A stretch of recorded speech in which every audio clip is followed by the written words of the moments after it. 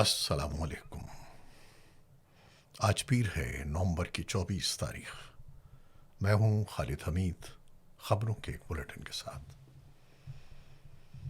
پشاور کے علاقے صدر میں فیڈرل کانسٹیبلری کے ہیڈ کوارٹر پر دہشت گردوں نے حملہ کر دیا۔ سیکیورٹی فورسز کی بروقت کارروائی کے نتیجے میں ایک خودکش حملہ آور سمیت 3 دہشت گرد مارے گئے، جبکہ ایف سی کے 3 اہلکار شہید اور کم از کم 5 افراد زخمی ہوئے، جنہیں لیڈی ریڈنگ ہسپتال منتقل کر دیا گیا ہے۔ پولیس حکام کے مطابق حملہ جنوبی وزیرستان کے وانا طرز کے طریقہ کار پر کیا گیا۔ عینی شاہدین نے بتایا کہ پہلے خودکش حملہ آور نے گیٹ پر دھماکہ کیا، جس کے فوراً بعد دوسرا دھماکہ ہوا اور دہشت گرد اندر داخل ہونے کی کوشش کرنے لگے۔ تاہم ایف سی، پولیس اور پاک فوج کے کمانڈوز نے دونوں حملہ آوروں کو مار گرایا۔ ابتدائی تحقیقی رپورٹ کے مطابق پہلا حملہ آور پیدل صدر کی جانب سے آیا اور اندر گھسنے کی کوشش کی، جبکہ اس کے ساتھیوں کو گیٹ پر سخت مزاحمت کا سامنا کرنا پڑا۔ اب تک کسی گروہ نے حملے کی ذمہ داری قبول نہیں کی ہے۔ ضمنی انتخابات کے غیر سرکاری اور غیر حتمی نتائج کے مطابق مسلم لیگ نون نے قومی اسمبلی کی تمام 6 نشستیں اور صوبائی اسمبلی کی 7 میں سے 6 نشستیں جیت لی ہیں۔ تحریک انصاف کی خالی کردہ زیادہ تر نشستوں پر نون لیگ کے امیدوار کامیاب ہوئے، جبکہ پیپلز پارٹی کو صوبائی اسمبلی کی صرف 1 نشست ملی۔ این اے 18 ہری پور میں نون لیگ کے بابر نواز خان نے 1,63,996 ووٹ لے کر کامیابی حاصل کی، جبکہ پی ٹی آئی کی حمایت یافتہ شہرناز عمر ایوب 1,20,220 ووٹ حاصل کر سکیں۔ یہ نشست سابق اپوزیشن لیڈر عمر ایوب کی نااہلی کے بعد خالی ہوئی تھی، جنہیں 9 مئی کیس میں سزا سنائی گئی تھی۔ مقبوضہ جموں و کشمیر میں قابض بھارتی حکام نے بنیاد پرستی روکنے کے نام پر جیلوں میں سختیاں بڑھا دی ہیں اور کشمیری نظر بندوں کو ہراساں کرنے کا سلسلہ تیز کر دیا ہے۔ کشمیر میڈیا سروس کے مطابق سیاسی اختلافات دبانے اور مزاحمت کو جرم بنانے کی پالیسی کے تحت کشمیری اور غیر ملکی قیدیوں کو ایک دوسرے سے الگ کیا جا رہا ہے، جبکہ جیلوں میں اچانک چھاپے، سخت نگرانی اور تلاشی کی کارروائیاں بڑھا دی گئی ہیں۔ سول سوسائٹی کے مطابق بھارت طویل عرصے سے جیلوں کو کشمیریوں کو اجتماعی آزادی دینے کے ہتھیار کے طور پر استعمال کر رہا ہے۔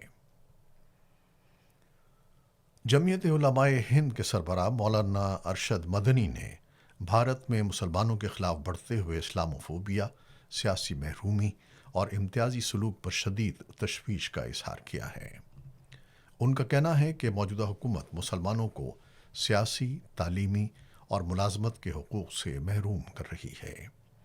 انہوں نے اعظم خان کی بار بار گرفتاری، دہلی دھماکہ کیس میں مسلمانوں کو نشانہ بنانے اور الفلاح یونیورسٹی کے بانی کی گرفتاری کا حوالہ دیتے ہوئے کہا کہ حکومت چاہتی ہے کہ مسلمان کبھی سر نہ اٹھا سکیں۔ مولانا مدنی نے کہا کہ مسلمان نیو یارک میں زہران ممدانی اور لندن میں صادق خان جیسے عہدوں تک پہنچ سکتے ہیں، مگر بھارت میں کسی مسلمان کا وائس چانسلر بننا بھی مشکل بنا دیا گیا ہے۔ لبنان کے دارالحکومت بیروت پر اسرائیل نے جون کے بعد پہلی مرتبہ حملہ کیا ہے، جس میں 5 افراد ہلاک اور 25 زخمی ہو گئے ہیں۔ اسرائیلی فوج نے دعویٰ کیا کہ حملے میں حزب اللہ کے chief of staff Haitham Tabatabai مارے گئے ہیں، جس کی حزب اللہ نے تصدیق کر دی ہے۔ لبنانی صدر جوزف اون نے حملے کی مذمت کرتے ہوئے کہا کہ اسرائیل جنگ بندی معاہدے کی خلاف ورزی کر رہا ہے۔ حزب اللہ کے سینئر رہنما محمود قمتی نے کہا کہ اسرائیل نے سرخ لکیر عبور کی ہے اور تنظیم جواب پر غور کر رہی ہے۔ حماس کے ایک اعلیٰ سطحی وفد نے قاہرہ میں مصر کے انٹیلیجنس چیف سے ملاقات کی ہے، جس میں اسرائیل کی جانب سے جنگ بندی معاہدے کی خلاف ورزیوں پر گفتگو کی گئی ہے۔ حماس کا کہنا ہے کہ وہ معاہدے کے پہلے مرحلے پر عمل درآمد کے لیے پرعزم ہے، مگر اسرائیلی خلاف ورزیاں معاہدے کو کمزور کر رہی ہیں۔ ادھر غزہ پر تازہ اسرائیلی فضائی حملوں میں بچوں سمیت کم از کم 24 فلسطینی شہید ہو گئے ہیں۔ اسرائیل کا دعویٰ ہے کہ اس نے حماس کے جنگجوؤں کو نشانہ بنایا تھا۔ روسی وزارت دفاع کے مطابق فضائی دفاعی نظام نے رات بھر میں 93 یوکرینی ڈرونز تباہ کر دیے۔ حکام کے مطابق ڈرون حملوں سے 4 گھروں اور ایک گاڑی کو نقصان پہنچا، تاہم کوئی جانی نقصان نہیں ہوا۔ حملوں کے بعد کئی علاقوں کے ہوائی اڈوں پر پروازیں عارضی طور پر معطل کر دی گئی ہیں۔ سوڈانی فوج کے سربراہ جنرل عبد الفتاح البرہان نے امریکہ اور دیگر ثالثوں کی جانب سے پیش کردہ جنگ بندی منصوبہ مسترد کر دیا ہے۔ ان کا کہنا ہے کہ یہ منصوبہ انتہائی خراب ہے۔ انہوں نے کہا کہ کسی بھی جنگ بندی کے لیے ضروری ہے کہ ریپڈ سپورٹ فورسز مخصوص علاقوں تک محدود رہیں۔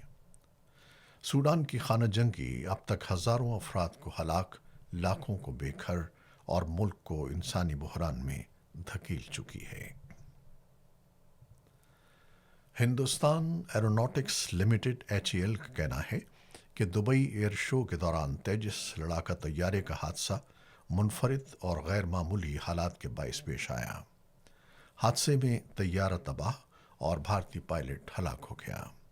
بھارت نے واقعے کی تحقیقات کے لیے کورٹ آف انکوائری قائم کر دی ہے۔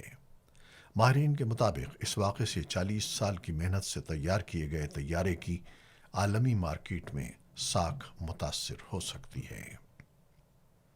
کرکٹ۔ دوحہ میں پاکستانی شاہینز نے فائنل میں بنگلہ دیش اے کو سنسنی خیز مقابلے کے بعد سپر اوور میں شکست دے کر Asia cup rising stars T20 title اپنے نام کر لیا۔ پاکستان نے پہلے بیٹنگ کرتے ہوئے 125 رنز بنائے جو بنگلہ دیش نے برابر کر دیے۔ سپر اوور میں پاکستان نے 7 رنز کا ہدف 4 گیندوں پر پورا کر لیا۔ راولپنڈی میں 6 فریقی سیریز کے چوتھے میچ میں پاکستان نے زمبابوے کو 69 رنز سے شکست دے کر فائنل میں جگہ بنا لی۔ پاکستان نے 5 وکٹوں کے نقصان پر 195 رنز بنائے۔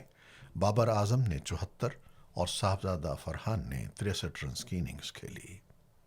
ہدف کے تعاقب میں زمبابوے کی ٹیم 126 رنز بنا سکی۔ عثمان طارق نے شاندار بولنگ کرتے ہوئے ہیٹ ٹرک سمیت 4 وکٹیں حاصل کیں۔ پاکستان کی یہ سیریز میں مسلسل تیسری کامیابی ہے۔ زمبابوے اور سری لنکا کے درمیان 25 نومبر کو ہونے والا میچ فیصلہ کرے گا کہ فائنل میں پاکستان کا مقابلہ کون سی ٹیم کرے گی۔ یہ تھیں وہ خبریں جو یوٹیوب چینل پر ہم نے آپ کے لیے پیش کی۔ آپ ہمارے چینل کو دیکھتے ہیں، شیئر کرتے ہیں اور اپنے کمنٹس میں اپنی محبتوں اور اپنی رائے کا اظہار کرتے ہیں، جس کے لیے ہم آپ کے بے حد ممنون ہیں۔ اپنی ان کاوشوں کو جاری رکھیے گا۔ خالد حمید کو آپ اجازت دیجیے۔ اللہ حافظ۔